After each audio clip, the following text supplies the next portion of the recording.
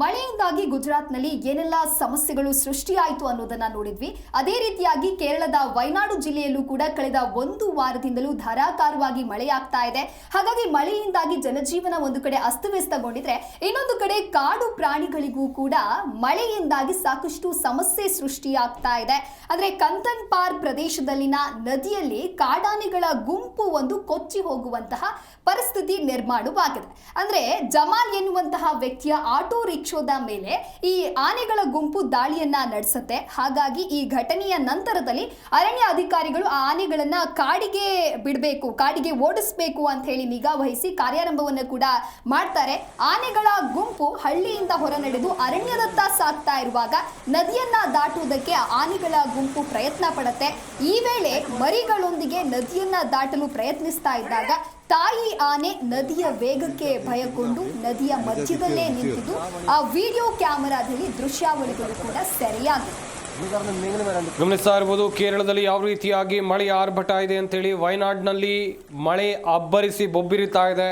ಕಳೆದ ಬಾರಿ ಆಘಾತದಿಂದ ವಯನಾಡು ಇನ್ನೂ ಕೂಡ ಮರುಕಳಿಸಿಲ್ಲ ಅಂತ ಹೇಳಿದ್ರೆ ಅಷ್ಟರ ಮಟ್ಟಿಗೆ ಅಲ್ಲಿ ಭೂಕುಸಿತ ಆಗಿ ಜನ ಯಾವ ರೀತಿಯಾಗಿ ಪರದಾಡಿದ್ರು ಎನ್ನುವಂಥದ್ದು ಕೂಡ ಗೊತ್ತಿರುವಂಥ ವಿಚಾರ.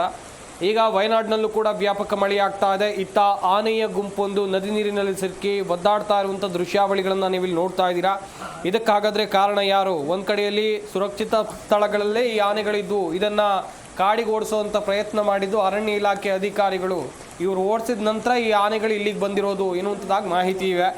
ಒಂದು ಕಡೆಯಲ್ಲಿ ಒದ್ದಾಡ್ತಾ ಇರುವಂಥ ದೃಶ್ಯಾವಳಿಗಳನ್ನು ಕೂಡ ನೀವಿಲ್ಲಿ ನೋಡ್ತಾ ಇದ್ದೀರಾ. ತಾಯಿ ಆನೆ ನದಿಯ ವೇಗಕ್ಕೆ ಭಯಗೊಂಡು ನದಿ ಮಧ್ಯದಲ್ಲಿ ನಿಂತಿದೆ. ವಿಡಿಯೋ ಕ್ಯಾಮೆರಾದಲ್ಲಿ ಸರಿಯಾಗಿರುವಂಥ ದೃಶ್ಯಾವಳಿಗಳು. ಹಿಂದೆ ಮರಿ ಆನೆಗಳು ಬರ್ತಾ ಇವೆ, ಆನೆ ಮುಂದೆ ತಾಯಿ ಆನೆ ಇದೆ. ನೀರಿನ ಆರ್ಭಟ ಜೋರಾಗಿದೆ.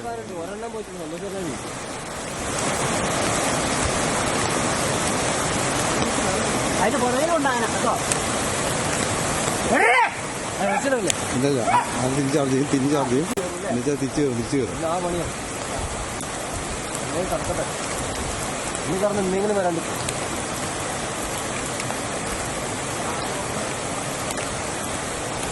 Tahu ya tuh.